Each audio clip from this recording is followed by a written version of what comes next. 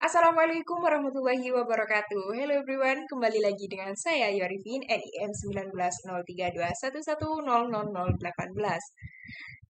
Pada video kali ini saya berkesempatan untuk menjelaskan mengenai fungsi produksi Cobb Douglas Frontier Stochastic.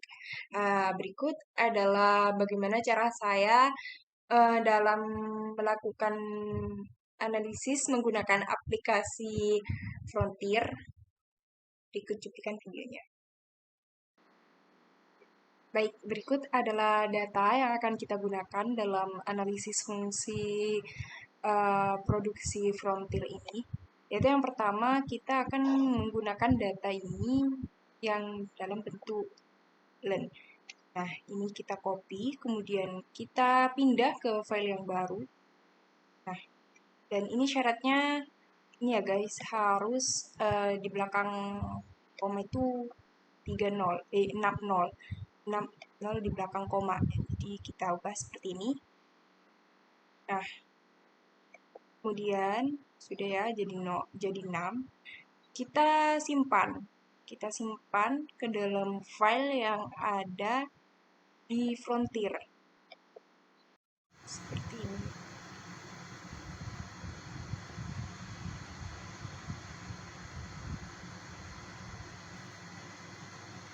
Nah, kemudian kita beri nama, itu ya namanya yang sesingkat mungkin, kemudian kita beri nama seperti ini ya, ayu.dtx ya, kita beri .dtx, kemudian dalam bentuk teks MS-DOS, lalu kita simpan. Nah, ini kita keluarkan, lalu kemudian data itu kita input ke dalam RAR yang ada aplikasi Frontier-nya. Nah, itu akan memudahkan kita dalam melakukan input, memasukkan inputnya ke dalam aplikasi Frontier-nya. Nah, seperti ini sudah kita pindahkan ya ke dalam, jadi seperti ini. Kita ubah terlebih dahulu tadi yang DTX itu menjadi DTA. Nah, kemudian baik, ini kita isi ya guys, D. Kemudian selanjutnya ini kita isi 1.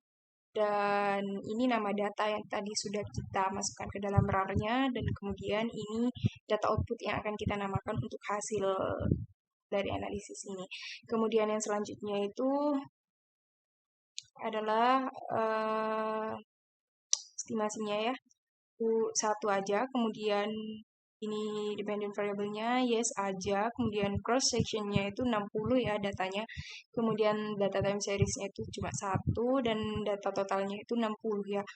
Kemudian regresinya itu ada 6, dan kita yes-kan saja, kemudian no. Nah, ini sudah keluar hasil datanya, data out-nya.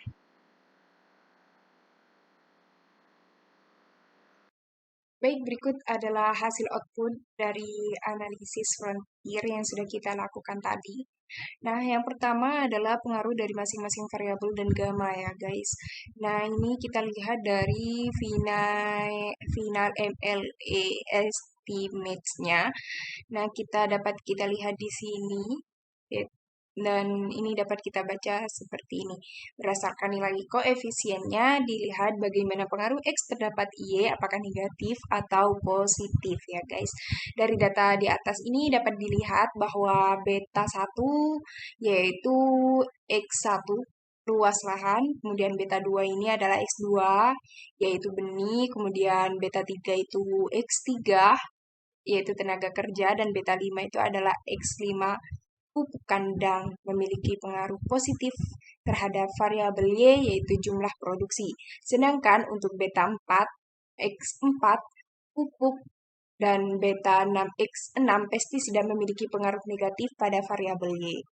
Nah, ini dapat kita lihat juga, dapat kita jelaskan seperti ini. Dari beta 1 diketahui nilai T rasio yaitu 0,733 dengan lebih besar dari T tabel, yaitu T tabelnya ini diketahui 2,0048, sehingga dapat disimpulkan bahwa X1 yaitu luas lahan berpengaruh secara signifikan terhadap Y, jumlah produksi.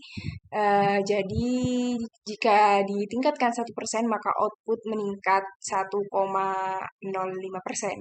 Kemudian beta 2 ini diketahui nilai T rasionya itu 0,982, lebih besar dari T tabel yaitu 2,0048, sehingga dapat disimpulkan bahwa X2 yaitu benih berpengaruh secara signifikan terhadap Y yaitu jumlah produksi.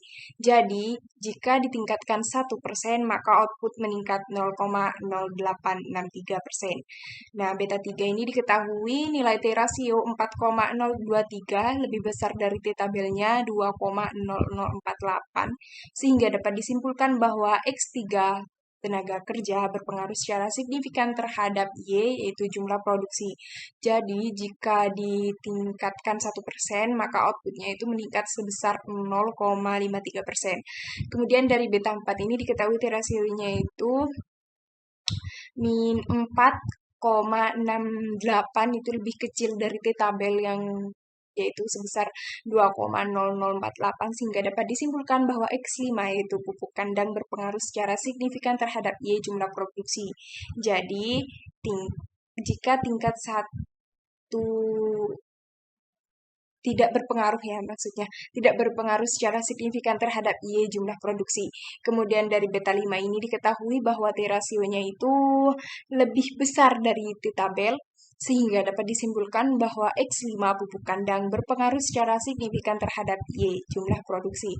Jadi jika ditingkatkan 1%, maka outputnya itu akan meningkat 0,16%. Dan kemudian dari beta 6 ini diketahui nilai T rasio min 6,03, dan ini menunjukkan bahwa R rasio ini lebih kecil dari T tabel, sehingga dapat disimpulkan bahwa X6 pestisida tidak berpengaruh secara signifikan terhadap Y jumlah produksi. Nah, berdasarkan nilai gamanya ini, dapat dilihat bahwa gamma ini menunjukkan 86,98% error term disebabkan oleh inefisiensi teknik, sedangkan sisanya 13,02% disebabkan karena adanya risiko, sehingga model ini cocok dengan data. Kemudian berdasarkan uji kode LR tesnya, ini hipotesisnya seperti ini ya. H0 itu sama dengan tidak ada kasus inefisien di lapang, kemudian H1-nya itu terdapat kasus inefisiensi di lapang. Akan tetapi berdasarkan hasil uji kode LR test di atas, itu diketahui bahwa nilai LR-nya ini tidak muncul, sehingga tidak dapat diketahui apakah terdapat kasus inefisien atau tidak.